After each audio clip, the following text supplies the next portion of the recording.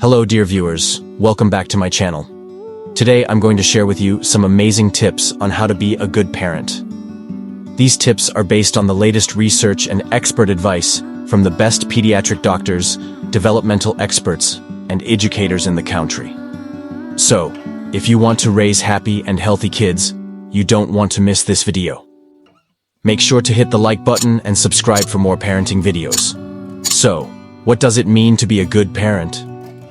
Well, there is no one right answer to that question, because every child and every family is different. But there are some general principles that can guide you in your parenting journey. These principles are: set limits, spend quality time with your kids, be a good role model, praise your kids, trust yourself, teach your kids social skills, teach gratitude, make mealtime family time, say, "I love you," encourage physical activity, keep up with your kids' routine healthcare. Now, let's go over each of these principles in more detail and see how they can help you be a good parent. First, set smart limits. Children crave limits, which help them understand and manage an often confusing world. Show your love by setting boundaries so your kids can explore and discover their passions safely. For example, you can set rules about bedtime, screen time, homework, chores, and manners. But don't be too strict or too lenient. Find a balance that works for your family and be consistent and fair. Second, spend quality time with your kids. This is one of the most important things you can do as a parent. Quality time means giving your kids your full attention and doing things that they enjoy. It doesn't have to be expensive or complicated. You can play with them, read books together, go outside, do crafts, cook, or just talk. The key is to make them feel loved and valued. Try to schedule daily special time with each of your kids, even if it's just 10 or 15 minutes. And don't forget to encourage family time, where you can do fun activities together as a whole. Third, be a good role model. Kids learn by watching their parents.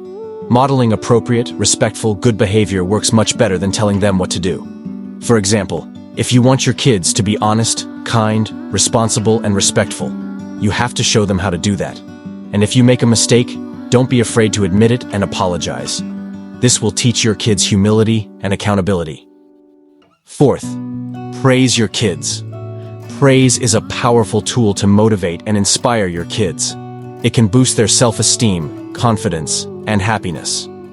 But not all praise is created equal. You want to give your kids specific, sincere, and constructive praise. For example, instead of saying, "Good job," you can say, "I'm so proud of you for working hard on your math homework. You really improved your skills." This way, you are focusing on their effort and progress, not just the outcome. Fifth, trust yourself. Parenting can be overwhelming and stressful at times. You may feel like you don't know what you're doing or that you're making mistakes. But remember, you are the best parent for your child. You know them better than anyone else. You have the intuition and the love to guide them. Don't let others make you doubt yourself.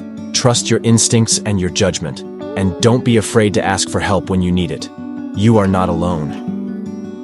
Sixth, teach your kids social skills. Social skills are essential for your kids to get along with others, make friends, and succeed in life. They include things like communication, empathy, cooperation, problem-solving, and conflict resolution. You can help your kids develop these skills by modeling them yourself, providing opportunities for social interaction, and coaching them when they face challenges. For example, you can teach your kids how to greet someone, how to share, how to listen, how to express their feelings, and how to apologize. Seventh, teach gratitude. Gratitude is the feeling of appreciation and thankfulness for what we have and what others do for us. It is one of the keys to happiness and well-being. Research shows that grateful people are more optimistic, resilient, and satisfied with their lives. You can help your kids cultivate gratitude by expressing it yourself, encouraging them to say thank you, and creating a gratitude ritual. For example, you can make a habit of sharing what you are grateful for at the end of each day, or writing thank you notes to people who have helped you. Eighth, make mealtime family time. Eating together as a family is not only good for your kids' nutrition, but also for their emotional and social development.